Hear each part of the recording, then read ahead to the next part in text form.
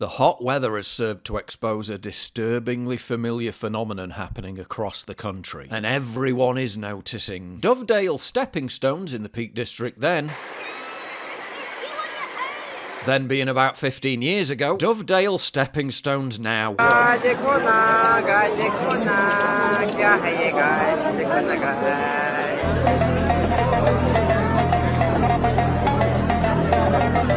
Compare the reviews of this place from 10 years ago. What a delight, there is a calm beauty all around. To more recent reviews, trash everywhere. People washing curry pans in the water, throwing rocks at birds. One of my daughters told me that a man was staring at her sister. So I turned around and the man was staring at my daughter and licking his lips, putting rugs down in the car parking space, spitting and snotting. Very loud music, cooking curry, literally washing their pots, pans, clothing and armpits in the river. Interethnic squabbles.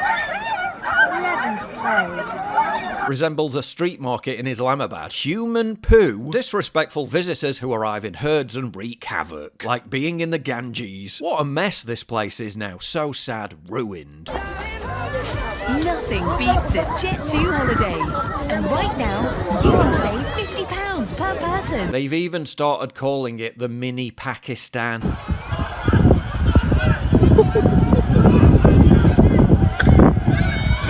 Stepping stones will shove the chance. Yeah, they've definitely entered the Shires.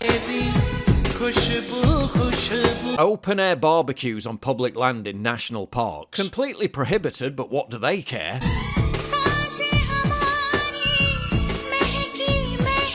Despoiling the beauty spot by driving cars through a hiking trail.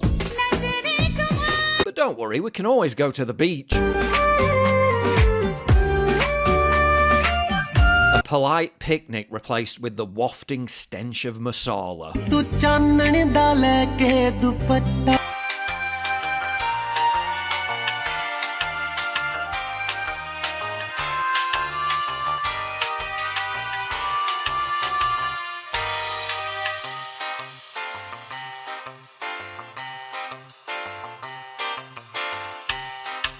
Durdledore in Dorset then. Durdledore in Dorset now.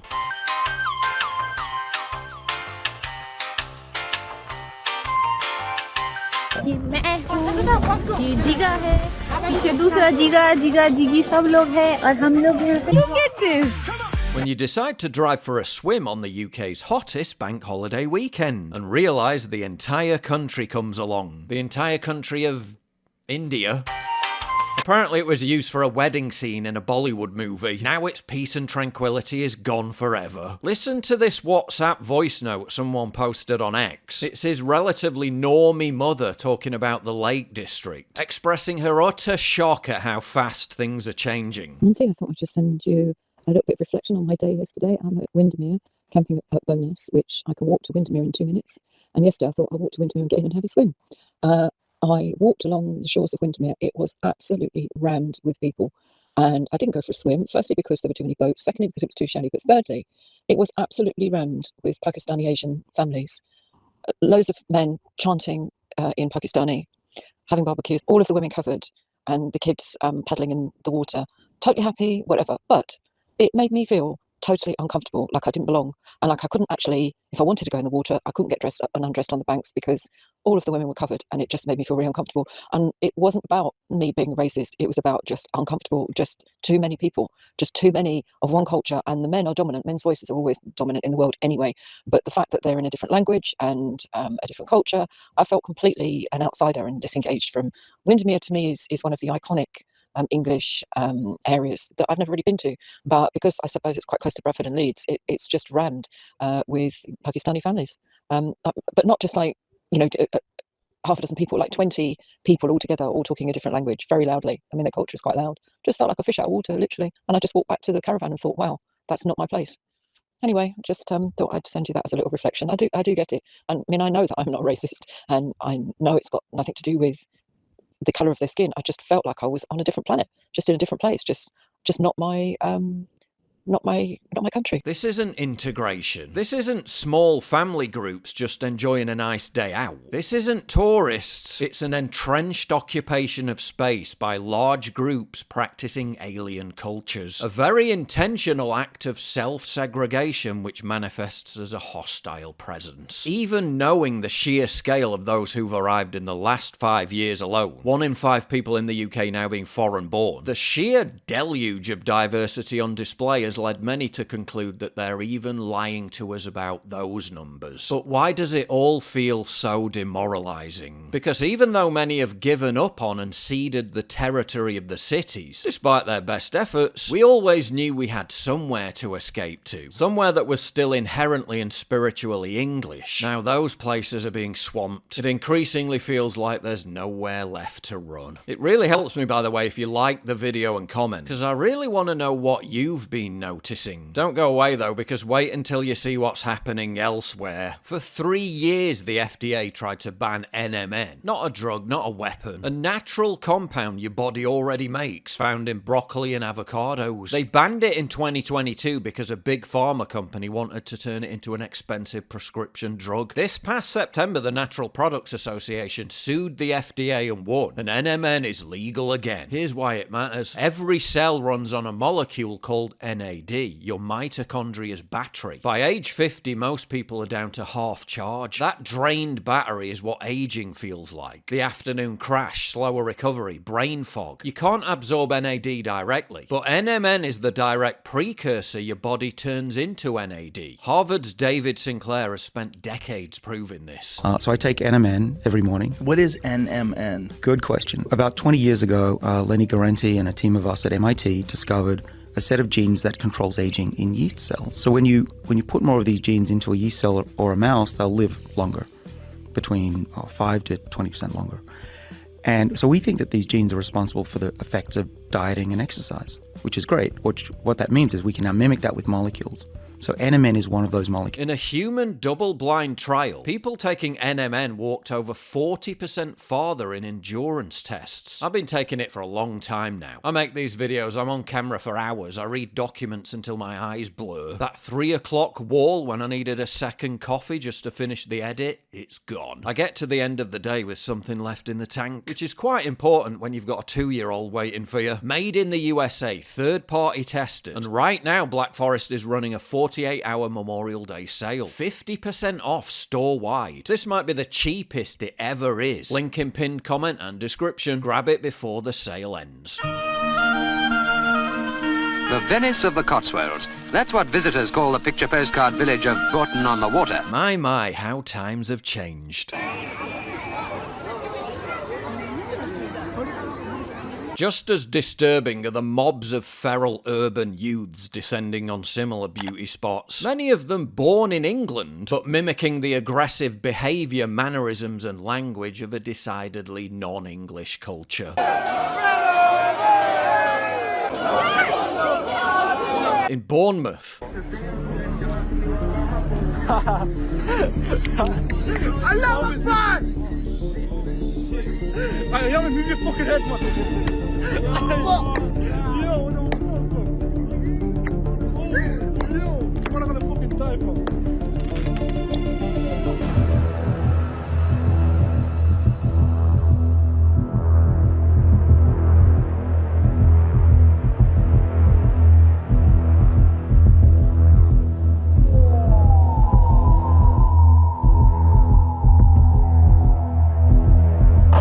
What's going on?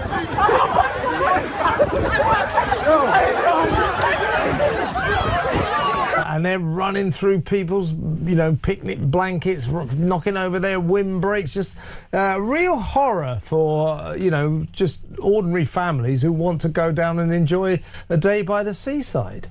Yeah, absolutely. I mean, my grandparents used to go to Bournemouth. They wouldn't recognise it. Would they recognise it? No, would they? They would not. In Southend, where this is how they promoted their gathering.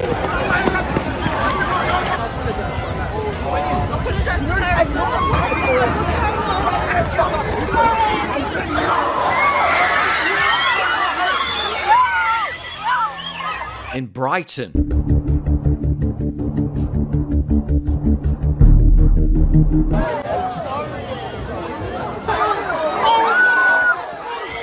Beachfronts across Kent. Folkestone Beach, immigrant men shouting, chucking rubbish in the sea, letting their kids shit on the sand. This isn't the country I want my kids to grow up in. Another thing I've personally noticed, just random foreign men walking up and down the side of motorways and A-roads for no apparent reason.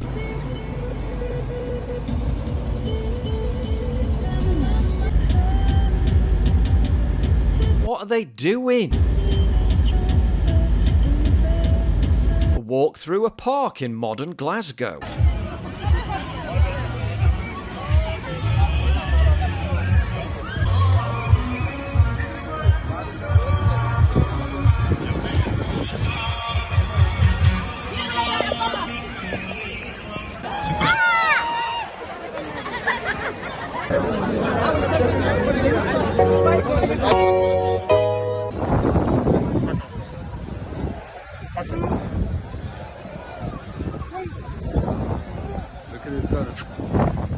Are you recording us? Are you recording us?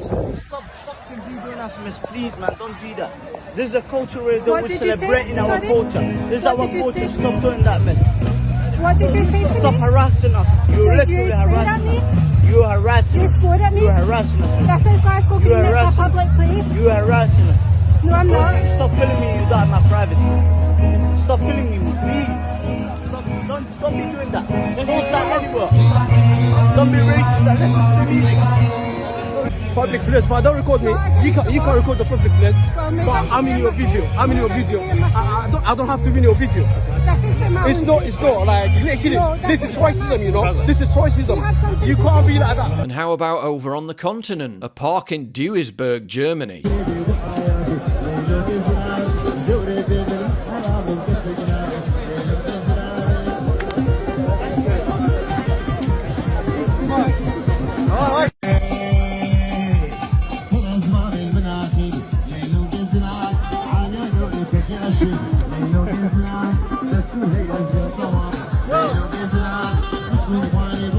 German media reported on these mass illegal barbecues. Ganz viele Leute, unglaubliche Mengen hier vergrillen, an Sachen reinschleppen und hier lassen und dann gerne nach Hause gehen und Mensch und Tier hier damit leben müssen, mit dem Rauch, mit dem Lärm, aber auch mit der unglaublichen Verschmutzung. But seemed to conveniently ignore the elephant in the room. Who's responsible? Auch nicht rausgehen kann, weil einfach nicht mehr zu ertragen ist. Man kriegt keine Luft, die Augen brennen. It's truly incredible how fast things have accelerated in just the last few years. Morgoth summed it up best in his video. All of these things actually do mean something. They mean something to us, but not other people. And you get the sense that that's our place and our memories and our identity ultimately. And so you get this erasure which is taking place. And I think this is what people feel when they see these images going around. This ultimately is what's beneath the surface, beneath the arguments about economics and about demographic projections and about housing and about all the crime statistics and all the rest of it. This ultimately is the core of it all. Do we have a right to a territory or not? And if not, then who decides that? And what is its moral legitimacy? And I can tell you now, it doesn't have any. So that's currently what we're in. And when you see these videos on social media, I mean, it's easy to despair, but this is, as they say, hopefully, a wake-up call.